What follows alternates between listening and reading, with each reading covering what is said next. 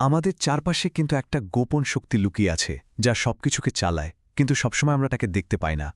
আজ আমরা সেই রাসায়নিক শক্তির রহস্যময় দুনিয়ার ডুব দিতে চলেছি। কি তৈরি তো সবাই? চলুন শুরু করা যাক।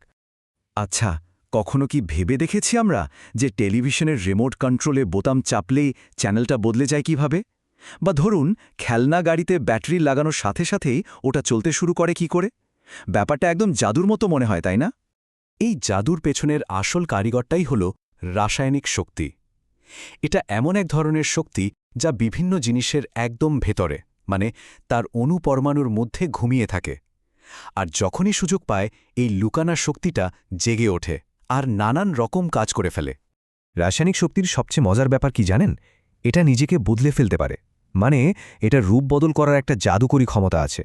এক রূপ থেকে এটা এমন এক রূপে বদলে যেতে পারে যা আমরা দেখতে, শুনতে বা অনুভব করতে পারি। এই টেবিলটা দেখুন, কি দারুণভাবে পুরো ব্যাপারটা বুঝিয়ে দিচ্ছে।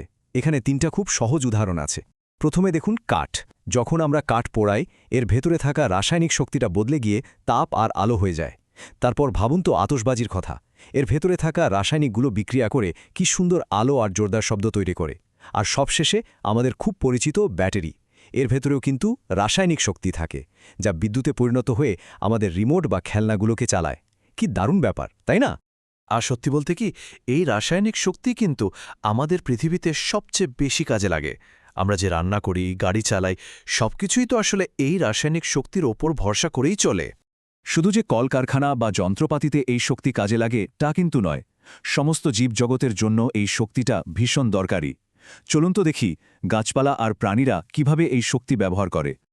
বিজ্ঞানীরা তো বলেনি যে উদ্ভিদ আর প্রাণীদের শরীরও আসলে এক একটা জটিল রাসায়নিক যন্ত্রের মতো? কারণ আমাদের শরীরের ভেতরে সারাক্ষণ রাসায়নিক বিক্রিয়া চলছে, আর সেখান থেকেই আমরা কাজ করার শক্তি পাচ্ছি। গাছেরা যে কতটা স্মার্ট তা ভাবা যায় না। ওরা সূর্য থেকে আলো, বাতাস থেকে কার্বন ডাই অক্সাইড আর মাটি থেকে পানি নেয়। এই সব কিছু মিলিয়ে ওরা নিজেদের জন্য শর্করা বা সুগার জাতীয় খাবার তৈরি করে ফেলে। আর এভাবেই সূর্যের আলোটা রাসায়নিক শক্তি হিসেবে গাছের খাবারে জমা হয়ে যায়। আর তারপর কি হয়? আমরা যখন সেই গাছ বা ফলমূল খাই, তখন সেই জমানো শক্তিটা সোজা আমাদের শরীরে চলে আসে। আর এই শক্তিটা ব্যবহার করেই কিন্তু আমরা দৌড়াই, খেলাধুলা করি, পড়াশোনা করি আর ধীরে ধীরে বড় হয়ে উঠি। রাসায়নিক শক্তি আমাদের জন্য খুবই উপকারী, এটা তো আমরা বুঝলাম। কিন্তু এর কিছু উৎস, বিশেষ করে কিছু জ্বালানি, আমাদের এই সুন্দর পৃথিবীর জন্য বেশ কিছু সমস্যাও তৈরি করছে। যেমন ধরুন কয়লা, পেট্রোলিয়াম আর প্রাকৃতিক গ্যাস। এগুলোকে বলা হয় জীবাশ্ম জ্বালানি। এগুলো লক্ষ লক্ষ বছর ধরে মাটির নিচে চাপা পড়া গাছপালা আর প্রাণী দেহ থেকে তৈরি হয়েছে। আমরা গাড়ি চালাতে, কারখানায় বা বিদ্যুৎ তৈরিতে এগুলো প্রচুর পরিমাণে ব্যবহার করি। কিন্তু আসল সমস্যাটা হল, এই জীবাশ্ম জ্বালানি পোড়ানোর ফলে প্রতি বছর প্রায় ২১.৩ billion ton carbon die oxide gas তৈরি হচ্ছে। ভাবা যায় এটা কত বিশাল একটা পরিমাণ? আর এটাই আমাদের পরিবেশের ওপর খুব খারাপ প্রভাব ফেলছে। এর ফলে কি কি হচ্ছে?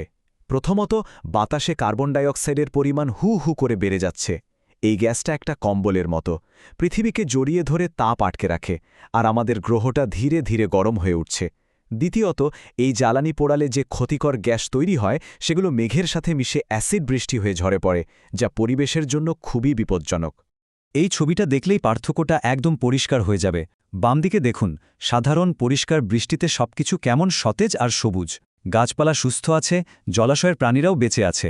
আর এবার ডান দিকে তাকান, এটাই হলো অ্যাসিড বৃষ্টির ফল।